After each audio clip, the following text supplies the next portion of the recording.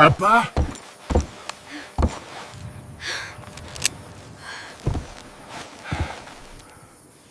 The curse, it's real. Runs deeper than I thought.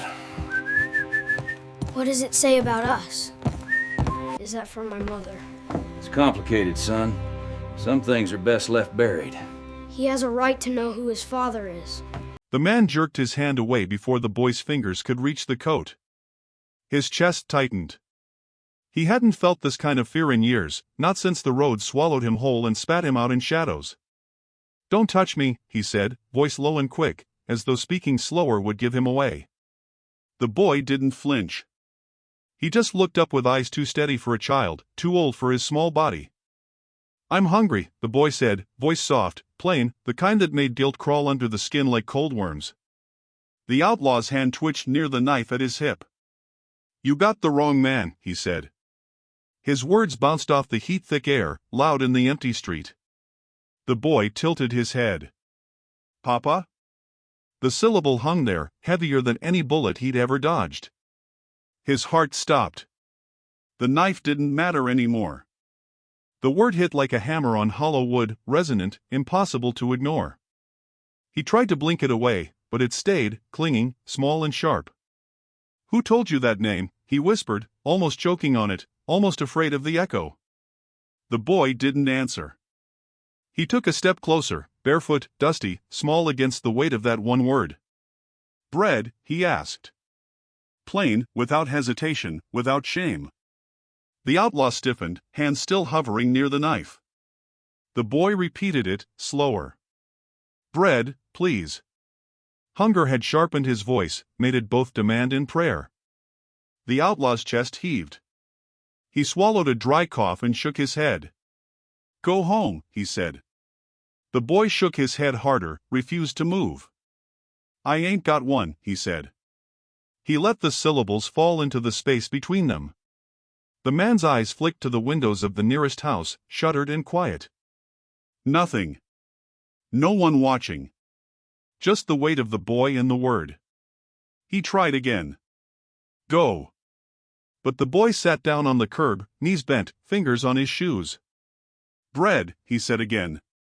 "Please." The outlaw's jaw clenched. His hand finally dropped from the knife, trembling, caught between fear and recognition. He didn't move. The boy was steady, patient, a presence that refused to be ignored. The street seemed smaller now, tighter around them, and the air tasted like dust and memory. "You don't understand," the man said, voice shaking. "I ain't Papa," the boy said again, softer this time, almost tender, almost forgiving. The word made his chest ache in a way bullets never could. The outlaw looked down at the boy, at the tiny hands, the dirt-caked shoes, the eyes that remembered things he'd buried.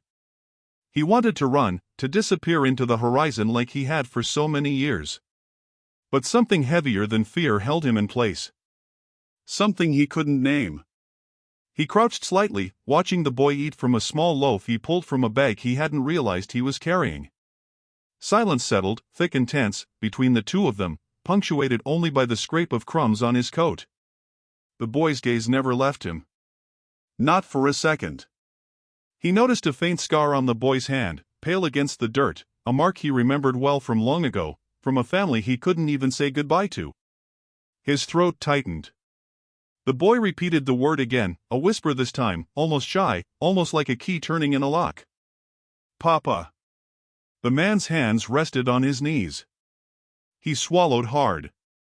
He could feel the weight of every year he'd tried to outrun, every face he'd left behind, every name he'd refused to answer. The street had grown smaller, the heat heavier, and the boy's eyes were patient but unyielding. The outlaw's breath came faster. He could smell the bread, the dust, the faint sweat of a child who had learned too early that life was sharp and unfair. He whispered again, voice almost broken. "Who told you that name?" The boy's gaze didn't falter. He didn't answer. He just stared, waiting. Waiting for what he didn't know. Waiting for a man who had run too long to see the world standing quiet and small before him. And in that silence, heavier than gunfire, heavier than any road, the outlaw realized he might not run anymore. The outlaw's question still hung in the air, thick as dust. The boy didn't answer. He tore at the bread, crumbs falling onto the cracked street like tiny bones. The man watched, chest tight, hands twitching. He wanted to reach down, to take the loaf back, to tell the boy to go, but the words wouldn't come. "Slow," he said finally, voice rough, almost a warning to himself. The boy glanced up once, chewing. "I ain't had bread in 2 days," he said. Nothing more. Just the bite, the bread, the quiet assertion of hunger that made the outlaw swallow hard. "Where's your mother?" he asked, voice low, hesitant, but it carried weight. "Gone," the boy said. He didn't flinch. Didn't blink. The word landed flat, certain. The outlaw's eyes swept over the small frame in front of him. Thin arms. Dirt-streaked face. And a scar on the wrist, pale against the grime, a mark he knew well, one his family bore. His chest tightened again, old memories pressing forward. He looked away, toward the porch across the street. A woman leaned against the railing, arms crossed, watching, silent. She didn't move. Didn't speak. Just observed, eyes sharp, calculating, holding truths she wouldn't give away. The boy ripped another piece of bread. "Papa," he said softly, almost shyly this time. The word hit him again, tender and cutting all at once. He closed his eyes for a moment. He couldn't run. Not now. Not with this small voice insisting he stay. "You can sit down," he said finally. "Right here." The boy paused, surprised, then dropped to the curb beside him, knees bent, bread in hand. Silence stretched between them, broken only by the scraping of crumbs on denim and dust under small shoes. The outlaw watched him eat, noting the way he tore the bread, methodical, careful, a rhythm born of necessity. He remembered himself like that once, a child hungry and patient, learning fast that the world didn't hand anything freely. "Your mother," he started, then stopped. He didn't know how to finish. The boy looked at him, eyes wide, silent. "She's gone," he repeated. That was enough. He let the words linger. The outlaw looked down at the boy's hands. The scar again. Memory hit hard. Painful. A father's pain, a man's failure. He wanted to speak, to tell the boy he'd protect him, but the words felt heavy, empty. "You're brave," he said finally. It sounded hollow, even to him. The boy shrugged, buttering bread on the street. He wasn't brash. He wasn't defiant. Just steady. Just hungry. The woman on the porch shifted, leaning forward slightly, but still said nothing. The outlaw's gaze returned to the boy. The air between them was quiet now, tense, full of unspoken history. "You don't have to sit there," he said, almost pleading. The boy didn't move. He tore another piece, smaller this time, careful with each bite. "Papa?" The word again, soft, testing. The outlaw swallowed hard, throat dry. "Yeah," he said, voice low, almost a whisper. The boy's shoulders relaxed slightly. They ate in silence for a few more moments, the world around them shrinking to crumbs and dust, to a small street, a silent woman, and the quiet claim of a name. The man's hands rested on his knees. He didn't reach for the boy. He didn't need to. He just let him be. Let the small presence of hunger and hope occupy the same space. He noticed the bread crumbs falling onto his boots, the faint dust from the street clinging to his coat, the small, precise way the boy chewed. It was grounding. Necessary. The woman on the porch didn't leave. She simply watched, a silent guardian, a threat unspoken. The outlaw finally leaned back slightly, shoulders heavy, and said nothing. The boy repeated the word one last time, soft and sure. "Papa." The man's chest tightened. He didn't know what he'd do next. Didn't know if he could leave, didn't know if he could run. For once, the boy's presence rooted him in place. He swallowed hard. He let a breath go. "You can sit beside me," he said, voice steady now. No hesitation. No command. Just acceptance. The boy nodded once, small, careful, and shifted closer. The outlaw's hands stayed on his knees. The street remained silent, the porch woman still watching. Bread between them, dust between their shoes, and a single word that refused to leave the air. He kept his eyes on the porch. The woman leaned against the railing, arms crossed, shoulders squared. She didn't wave, didn't nod. Just watched, quiet and deliberate, as if she could weigh the years and know exactly what he had lost. He swallowed hard. "You gonna feed him or stare all day?" Her voice was sharp, controlled, carrying both accusation and authority. He flinched. "You know me?" he asked. The words came out harsher than intended. She stepped forward a fraction, letting the sunlight catch the lines on her face. "I know what you left behind," she said. She didn't mention him by name. She didn't need to. She named the land instead, the old homestead, the field beyond the fence, the well buried under the weeds. It was all he remembered and more.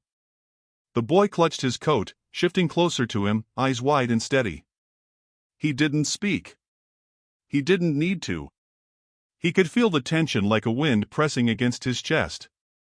"Why are you here?" he asked. "Why are you still standing?" She tilted her head. "Because someone has to." The words were thin, but heavy.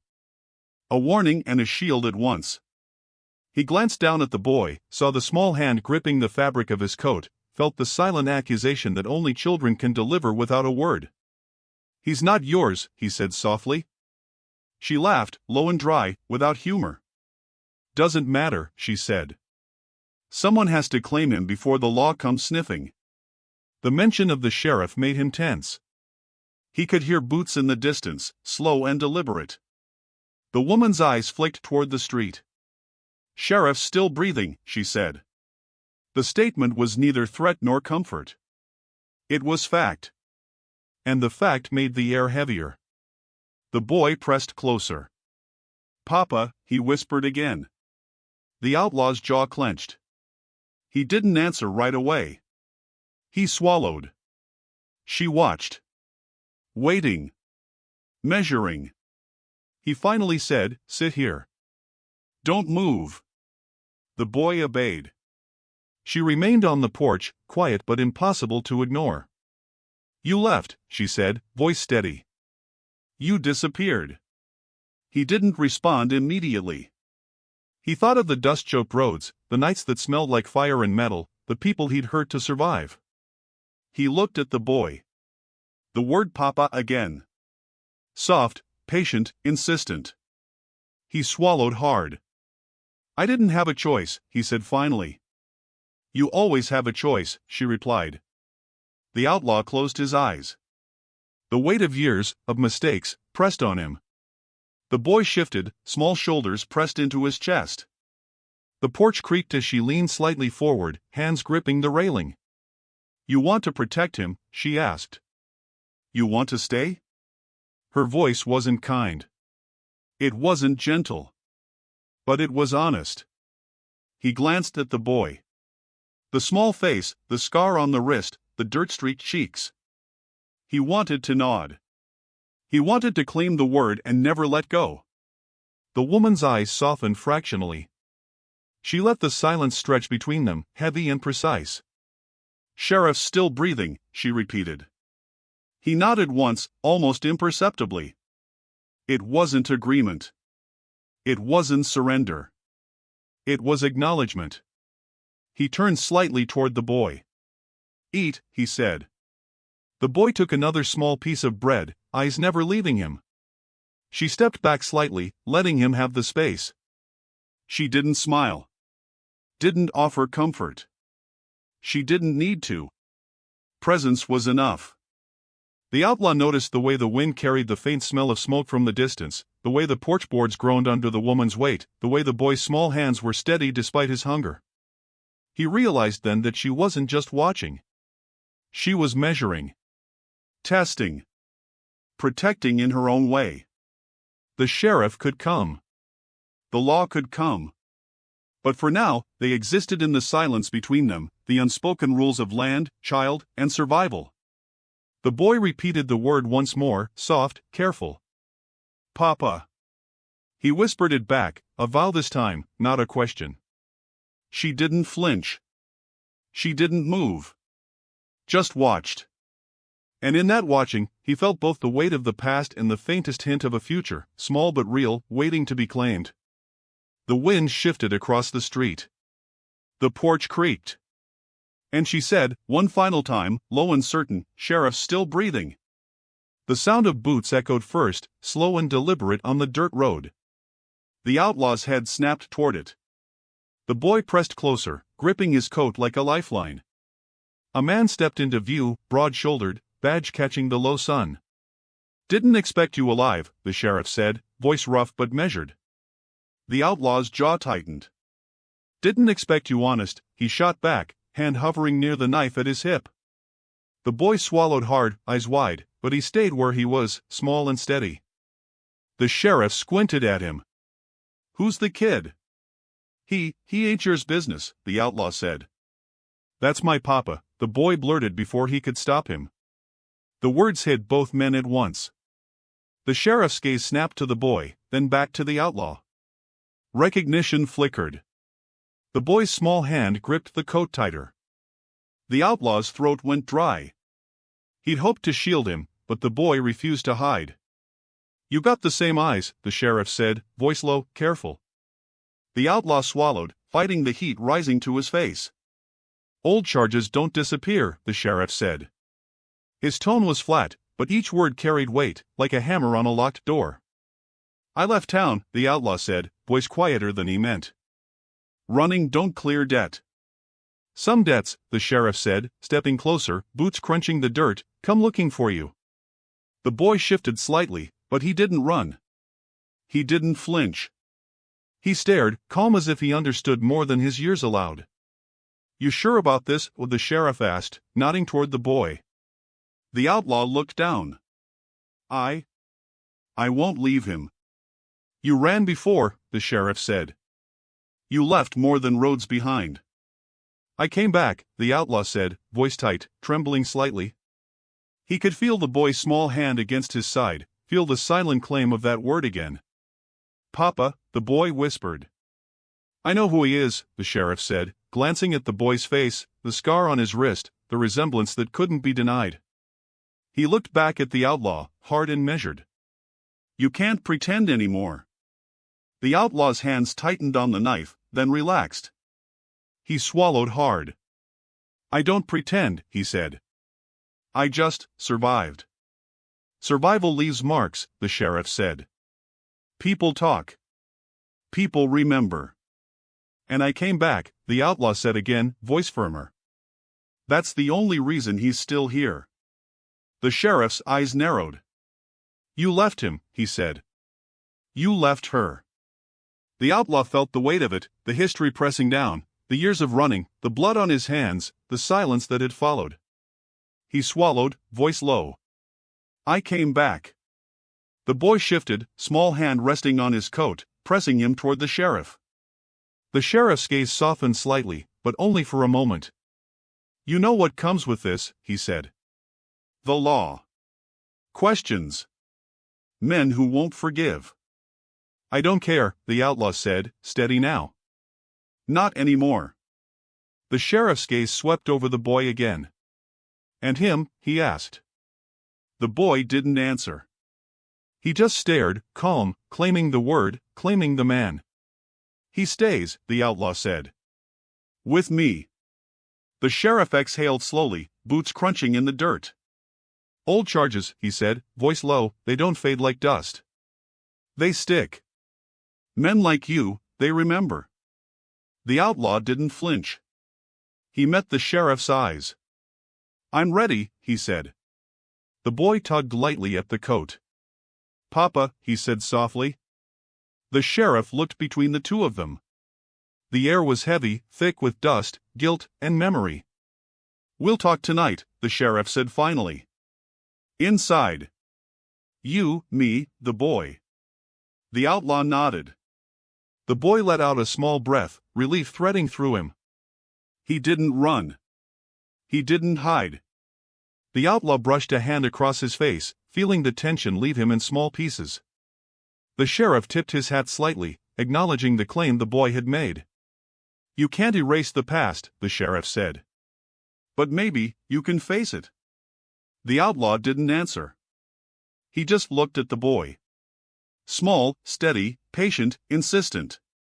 He adjusted the coat around him, felt the weight of the past pressing down but also the faintest possibility of staying. The sheriff's boots faded slightly on the dirt road. The boy said nothing more, just leaned closer. The word came again, soft, tender, unyielding. Papa. The outlaw's chest tightened, then eased, just a fraction. He nodded once. The sheriff's shadow lingered, heavy but retreating. The outlaw watched him go. The street felt smaller, tighter, wrapped in memory and dust. The boy's hand stayed on his coat. They moved slowly toward the abandoned house across the road. Footsteps crunching, dust rising, history catching up. The outlaw swallowed hard, glancing back once. The sheriff's words echoed. Old charges stick. Men remember. He didn't answer. Not out loud. He didn't need to. The boy's presence was enough. And the night settled around them, heavy and certain, carrying the weight of law, legacy, and the single word that refused to leave the air. The outlaw whispered again, mostly to himself, "We'll face it. Together." The boy didn't respond. He didn't need to. The word was understood. The claim was made. The balance had shifted. He followed slowly, boots crunching on the dry dirt, the boy at his side, silent and small. Every step felt heavier than the last, dragging years of dust and absence behind him. The house rose ahead, quiet, still, like a body holding its breath. Windows shuttered, boards creaking under time, paint peeled like old skin. He hesitated at the gate, hand brushing the rusted latch. "It's still standing," he muttered. The boy's eyes flicked up at him. "It waited," he said softly. The outlaw nodded, not trusting his voice. Inside, the air was thick with dust and memory. The floor groaned under his weight, boards warping beneath each careful step. Sunlight struck through cracks, illuminating letters scattered across a table. He paused, noticing a small carving in the wooden banister, a name, barely legible, etched by a child long gone. "You remember me?" he asked, voice low. The boy didn't answer right away. He walked to the table, fingers brushing the letters. "I remember stories," he said. "Mom told me stories." He looked up, eyes shining with something fragile and true. The outlaw swallowed hard, throat tight. "Stories?" he asked, voice barely more than a whisper. The boy nodded. "She told me about you. Told me not to be afraid. Told me you'd come back." He smiled faintly, but it didn't reach his eyes. She kept you safe?" The boy shrugged. "I think so." He turned and pointed toward the yard. "The well's covered. But not sealed. I like to drop pebbles in sometimes." The outlaw's gaze followed. The old well, hidden under weeds, dark and hollow, seemed to pulse with history. "Don't touch it," he said softly, more warning than command. The boy shook his head. "I won't. Just watch it." Silence filled the space between them, thick, tangible. Dust motes floated like tiny ghosts. He noticed the smell, first old wood, mildew, and the faint trace of someone long gone. He felt the house's weight, remembered the nights he'd left it empty, and now it waited. It had waited. The boy watched him closely. "You're not running again?" he asked. The outlaw swallowed hard. "Not this time," he said. He took a deep breath, tasting the stale air, the memories pressing in from every corner. "You're brave," he said finally, voice catching. The boy shrugged, small hands clenching the coat. "I learned," he said. "I had to." The outlaw nodded, feeling the weight of responsibility settle across his shoulders. "She kept you hidden," he said. "So they wouldn't find you." "I know," the boy said. "I think. I never saw her cry. But I heard her whisper sometimes." The words pressed into him, a knife edge of memory. "You did good," he said softly, meaning it. The boy smiled faintly but said nothing. They moved toward the back of the house, where the yard stretched, overgrown and wild. The well was there, covered, dark, waiting. He knelt slightly, resting a hand on the stone edge. "It's still deep," he said. The boy peered over the cover, pebbles clutched in his hand. "I drop them in sometimes. Hear them land." He let one go. The stone hit bottom with a distant splash. "That sound," he said softly. "It's home." The outlaw's chest tightened. He glanced at the boy. Small, steady, patient. He realized then that nothing else mattered. Not the sheriff, not the past, not the roads he'd run. This was the place he belonged. For a moment, the boy turned toward him, a question in his eyes. "You remember her?" he asked. He nodded, voice low. "Every day." Another pause. Then a knock at the door. Sharp. Sudden. Breaking the fragile calm. The boy froze. The outlaw stiffened, hand brushing the knife instinctively. The weight of the past pressed forward. Footsteps outside. Someone waiting. Watching. The outlaw's eyes met the boy's. "Stay close," he said, voice low but firm. The boy nodded. The house waited, dust and shadows gathering around them, history and memory converging in the hush before the door would open. The outlaw held the letter in his hands, the paper thin, fragile, smelling faintly of dust and time. The sheriff waited nearby, boots planted firmly on the worn wooden floor, gaze sharp and patient. The boy hovered close, small hand brushing the man's coat. "She knew you'd come back," the outlaw read aloud, voice low. He paused, eyes scanning the familiar handwriting, trembling slightly. "She was wrong," the sheriff said, tone flat, almost indifferent, but his eyes never left the outlaw. "She wasn't," the man said immediately, voice catching. "She hid him. For me. For this." The boy shifted, small eyes wide, absorbing every word, though he didn't understand fully. "He was hidden?" the sheriff asked, voice sharper now. The outlaw nodded. "All these years. She kept him safe." "From what?" "From people like you," the outlaw said quietly, then corrected himself, "from everyone. From the law. From men who never stop looking." The sheriff's lips tightened.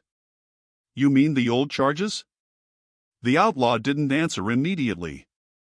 He focused on the paper, tracing the letters with a finger. "They stick," he said finally, almost whispering. "Even when you disappear, even when you think you're gone, they stick." The sheriff exhaled slowly. "And the boy?" The outlaw looked up, meeting the sheriff's gaze. "He's the reason I came back. He's everything I didn't have a chance to be before." The boy tugged slightly at his coat, saying nothing, waiting for confirmation. The sheriff's eyes softened fractionally, but only for a moment. "Family can be complicated," he said. "Especially yours." The outlaw's hand shook slightly, still holding the letter. "She wrote to tell me. To prepare me.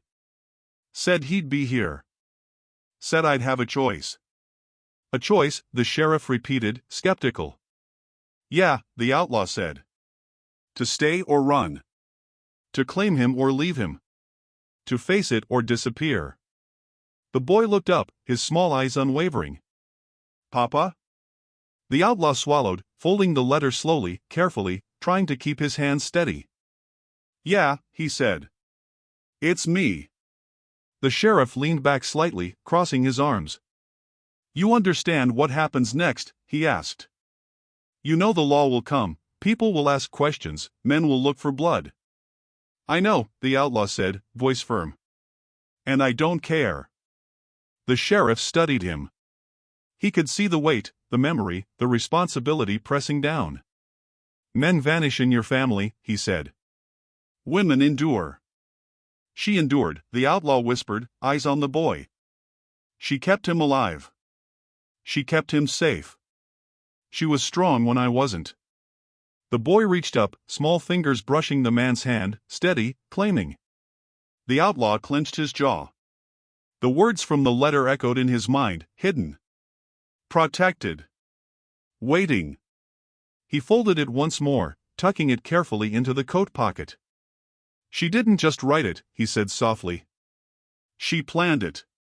Every word, every line, every pause. She meant for me to find him. For me to stay." The sheriff nodded slowly, taking a step back. "And now you know." "I know," the outlaw repeated. The boy shifted, almost impatient, as if urging him to act. "Papa," he said softly. "Yeah," the man said, voice steady. He looked at the sheriff. "He stays. I stay. That's it." The sheriff exhaled, boots scraping lightly against the floor. "Old family business," he muttered, more to himself than anyone else. "Blood and memory." The outlaw didn't respond. He turned toward the boy, small hands clutching his coat, fingers brushing the letter in the pocket. "We'll face them together," he said. "I'll protect you." The boy's gaze met his, steady, calm, accepting. "I know," he said, voice small but sure. The sheriff moved toward the door, tipping his hat slightly. "Remember," he said, voice low, "words can be as binding as bullets." The outlaw watched him leave, closing the door behind him, and felt the room settle. Dust swirled in the faint sunlight, the letter tucked safely, the boy still near. He knelt slightly to meet the small eyes. "You know," he said quietly, "she did this for you. For both of us." The boy's lips curved faintly, but he said nothing. Presence was enough. "We're not running," the outlaw said finally. He held the boy's gaze, feeling the weight of years, mistakes, and memory lift just slightly. The past lingered in the corners, the shadows of the room, the dust on the floor. But the letter had brought him back, had delivered him into this moment. The boy shifted closer, hand brushing against his side. The outlaw let a breath go, steadying himself. He knew the choice now. He could stay. He would stay. He reached for the boy's small hand, holding it firmly, silently promising. Outside, the wind whispered through the boards, carrying the faint echo of the woman's voice, the weight of years, the knowledge of secrets kept and revealed. The outlaw folded the letter one last time, hands shaking slightly but determined. He looked down at the boy. "We face it together," he said. The boy nodded once, small and steady. The past was heavy, the road ahead uncertain, but in that moment, he knew this was the first step toward what they had both waited for. He slipped the letter into the pocket, folded tight, a promise and a warning all at once. Flames licked the edges of the yard, black smoke curling toward the sky. The outlaw stepped back instinctively, boots crunching against the dry earth. The boy stayed close, small hand gripping his coat. "What's burning?" the boy asked, voice calm but alert. "Old papers," the outlaw said, eyes fixed on the fire. "Evidence, letters, history. All of it." Sparks rose with each crackle, carried by the wind, drifting toward the fence. The sheriff appeared at the edge of the yard, eyes narrowing. "You running again?" he asked, voice low, controlled, but tense. "No," the outlaw said, voice firm, steady. "Not this time." The sheriff's gaze swept over the flames, the papers turning to ash. "You think burning them makes the past go away?" "No," the outlaw said. "But it changes what it can touch." The boy crouched slightly, watching the fire. "It's hot," he said. "I know," the man said. "Stay back." The sheriff took a step closer. "You can't hide behind smoke forever." The outlaw turned, eyes hard. "I'm not hiding. I'm standing." The sheriff's jaw tightened. "You think fire scares me?" "No," the outlaw said. "But it reminds me what we've lost." From the porch across the street, the woman appeared again, arms crossed, eyes sharp. She didn't speak at first, just watched. Then she stepped forward slightly. "You want him safe?" she asked, voice quiet but cutting. The outlaw nodded. "Then you stay out of the smoke," she said. "Or step in with purpose." The sheriff glanced between them. "What's her angle?" he muttered. "She's not your enemy," the outlaw said, eyes on the boy. "She's protection in her own way."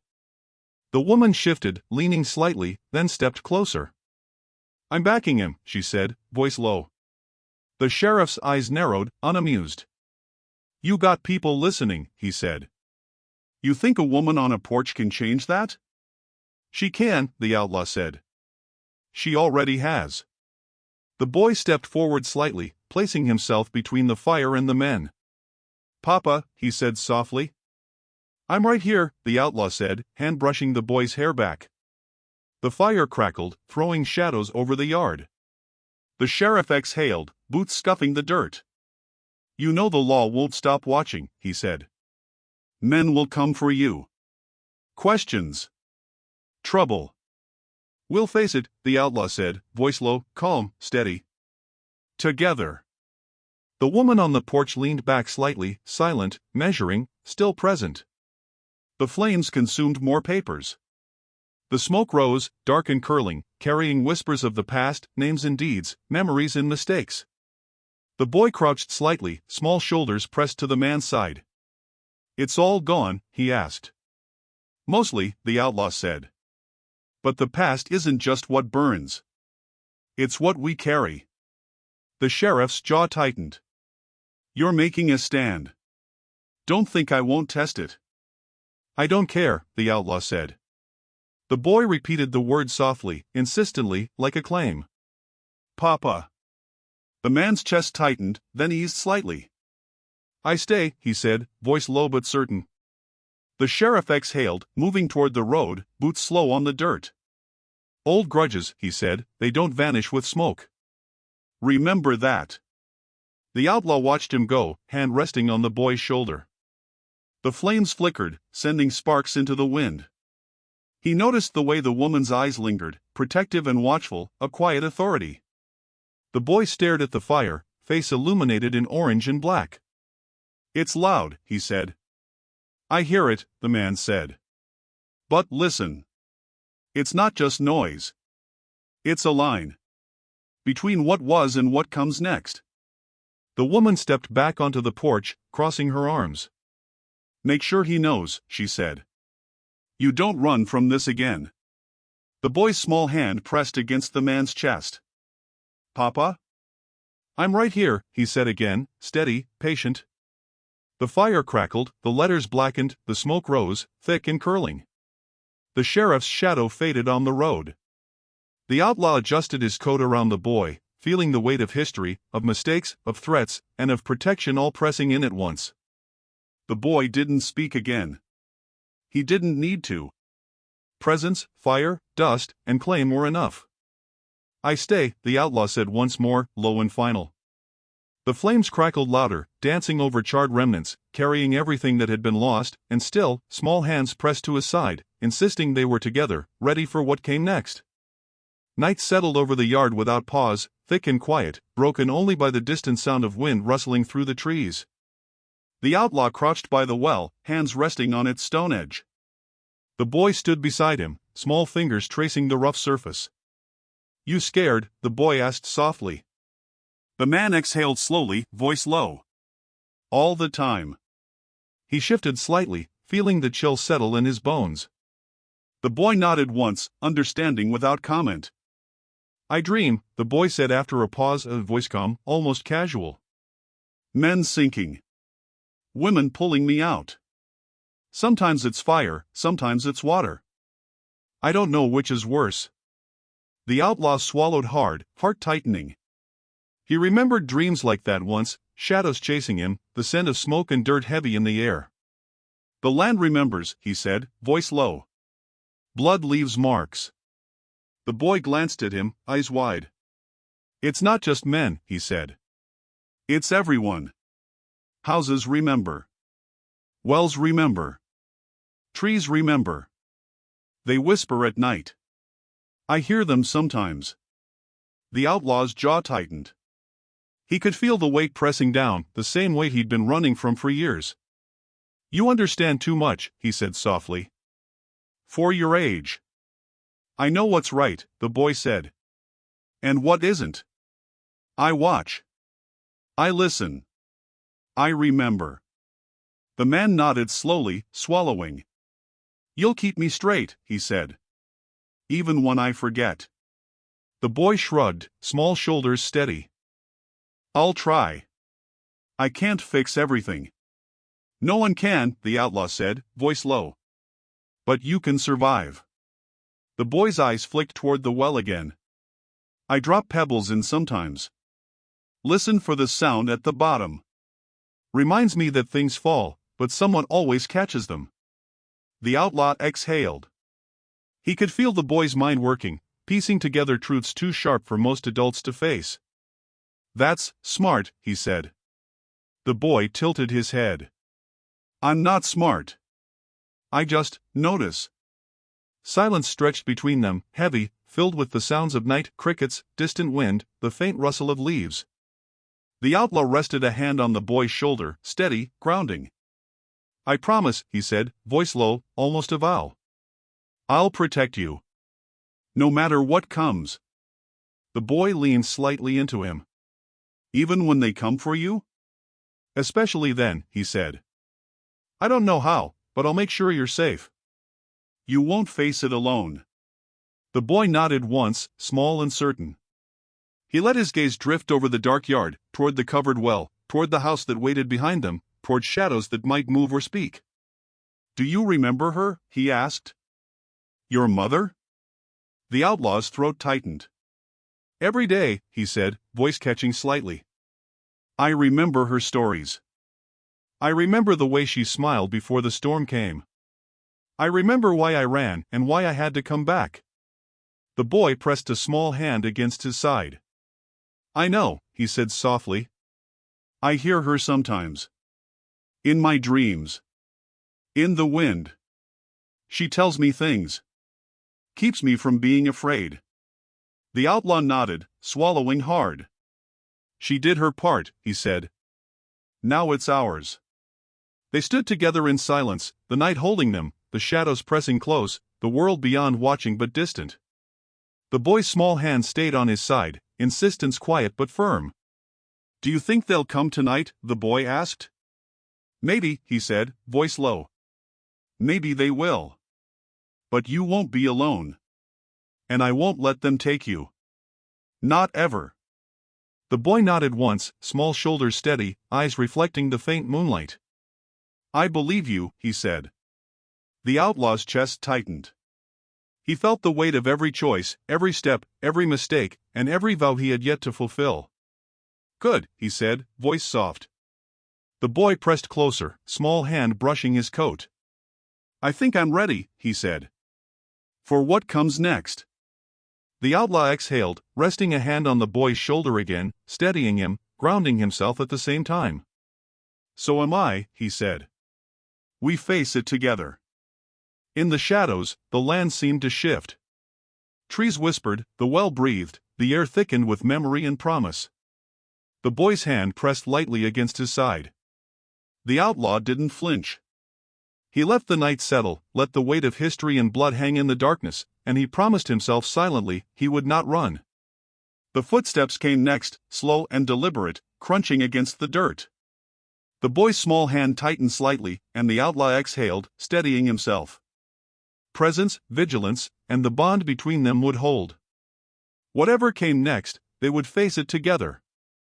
Lantern light cut the dark and short, shaking lines as they stepped between the stones. The outlaw moved slow, careful, the boy close at his side. The sheriff walked ahead, boots quiet now, head bare, badge dull in the low glow. This is where it ends, the sheriff said. Or where it finally starts. The outlaw didn't answer. He already knew the ground. He felt it through his boots, through his bones. The boy looked around, eyes wide but steady. It's quiet, he said. It always is, the sheriff replied. Dead folks don't argue. They stopped in front of a small marker, simple, weathered, name carved shallow. The outlaw's breath caught. He stared at it, unreadable, unmoving. You left her, the sheriff said, voice low but sharp. The words cut clean. The outlaw swallowed. I came back, he said. Too late, the sheriff answered. You ran when she needed you. The boy shifted, gripping the coat tighter. He came back, the boy said. The sheriff looked down at him. After, he said. Not before. The outlaw's jaw tightened. "I didn't know," he said. "I didn't know they'd hurt her." "She refused to keep quiet," the sheriff said. "They wanted her silent." "She wasn't." The outlaw felt the world narrow, sound dropping away. "Who?" he asked. The sheriff shook his head. "Old names. Old power. Men who still eat at the same tables." The boy's hand pressed harder into his side. "She was brave," the boy said. The sheriff nodded once. "She was." Silence settled heavy between them. The lantern flickered. The outlaw stepped closer to the grave, boots scraping stone. "You let it happen," he said to the sheriff, voice low, shaking. "I tried to stop it," the sheriff said. "And I failed." He reached up slowly and unpinned the badge. It came free with a soft click. He held it for a moment, then let it fall into the dirt. "That's on me." The sound landed heavier than a gunshot. The boy stared at the badge, then back at the grave. "She hid me," the boy said quietly. "That was me," a voice said from behind them. The woman stepped into the lantern light, face pale but steady. "I hid him. I moved him. I kept him breathing." The outlaw turned. "You," he said. She nodded. "She asked me. Said if she didn't make it, you would come. Said you'd need time." The outlaw's chest tightened. "She trusted you," he said. "She trusted you more," the woman replied. The boy looked between them. "She told me not to be scared," he said. "Said the truth would come back with him." The sheriff exhaled slowly. "This town eats women who speak," he said. "It always has." The outlaw stepped forward, lantern shaking in his hand. "Not anymore," he said. He knelt then, slow and deliberate, knees pressing into the dirt in front of the grave. The boy hesitated, then knelt beside him. "You didn't deserve that," the outlaw said, voice breaking. "I should have been here." The woman looked away. The sheriff lowered his head. The wind moved through the stones, low and steady. The outlaw placed his hand on the grave, fingers splayed, grounding himself. "I'm here now," he said. The boy leaned into him, small and solid. "She knows," the boy said. "She hears us." The outlaw closed his eyes. He didn't argue. He didn't ask. He just stayed there, kneeling, breathing, letting the weight of it all settle into his bones. The lantern flickered once more, then steadied. The badge lay half buried in the dirt. The woman stood watch. The sheriff stepped back. And the outlaw remained on his knees, finally still, finally present, in front of a grave that had waited long enough that he stayed kneeling, hand pressed to the grave, lantern light flickering over the stones. The boy's small hand rested on his shoulder, steady and patient. "Papa," the boy said softly, almost testing him. The outlaw's jaw tightened. He swallowed hard, chest tightening, heart thudding like it might tear through his ribs. "Yeah," he said, voice low but certain this time. The word hung in the air, weighty and real. The boy pressed closer, small fingers brushing his coat. "I mean it," he whispered. "I stay," the outlaw said again, meeting the boy's eyes. "I ain't running. Not again." The boy smiled faintly. Shadows stretched across the graveyard, long and black, blending with the light of the lantern. The woman stood behind them, silent, arms crossed, eyes watching. The sheriff lingered at the edge, half shadowed, half acknowledging. "You sure about this?" he asked quietly. The outlaw glanced at him, chest rising and falling slowly. "I'm sure," he said. "We face it together. That's enough." The sheriff didn't respond, only nodded once, slowly, like a man conceding a truth he'd long ignored. The boy leaned into him, resting his head briefly on the man's side. "Mom told me you'd come," he said softly. "And I knew you would." The outlaw pressed a hand to the boy's head. "I told you," he said, voice catching. "I told you I'd come back." The wind moved through the graves, whispering faintly, carrying the memory of every wrong, every loss, every vow unkept until now. The outlaw's gaze swept over the stones, over the ground, over the dark shapes that had haunted him in dreams for years. He exhaled slowly. "We stay," he said, quiet but firm. The boy's hand pressed tighter, a small pulse of affirmation. The lantern swayed slightly in the wind, throwing shifting shadows, but he didn't move. He didn't flinch. The weight of everything pressed down, yet he held it steady. The woman on the edge of the graveyard shifted slightly, eyes softening fractionally. "Good," she said, voice low. "He's in safe hands now." The outlaw glanced at her, small nod of acknowledgement. "I'll protect him," he said. "Whatever comes." She didn't argue. She didn't need to. Presence was enough. Footsteps crunched softly on the dirt path leading toward them. The sheriff's eyes followed the sound. "People will come," he said. "They always do. They'll test your word." The outlaw looked back at the boy. Small, steady, patient, knowing. "Let them," he said. "We won't run." The boy's lips curved faintly, a small, assured smile. "I knew you'd say that," he whispered. The outlaw shifted slightly, brushing his hand across the boy's hair. "I'm here," he said. "And I'm staying." The wind gusted again, carrying the faint scent of smoke from distant fires, the chill of the night, the weight of the past. The boy pressed against him. "I'm ready," he said softly. "I think we can do this together." The outlaw's eyes swept the graveyard once more. Stones, markers, names long gone, secrets buried, all of it waiting, quiet. "We can," he said. "We can face it all. Together." The sheriff exhaled slowly, stepping back. He didn't need to speak more. The land itself seemed to lean in, the wind settling, the air pressing gently around them. The outlaw shifted, letting the boy rest beside him fully. They stayed kneeling, lantern between them, shadows stretching and pulling close, but neither moved. Silence, full and steady, settled over the graveyard. Not peace, not victory, but enough. Enough to claim this moment, enough to hold what they had. The boy pressed against him again. "Papa?" "Yeah," he said. "Papa." And the word was no longer tentative. No longer a question. It was claim, promise, protection. He held it steady, feeling the weight of it, letting it root in both of them. He pressed his hand to the boy's back. "We ain't running," he said. The boy nodded once, small shoulders steady. The outlaw exhaled, slow, letting the night settle around them, letting the weight of past sins and past choices fall into the dark earth. The house waited behind them, the well stayed covered, the land held its breath, and in that quiet, lantern-lit space, a man and a boy finally stood together. He rose slightly, keeping his hand on the boy's shoulder. "We stay," he said again. "Right here. Right now. No running. No hiding. We stay." The boy's fingers pressed firmly into his coat. "I know," he said. "I know." Lantern light flickered one last time, shadows stretching across the earth, but they stayed.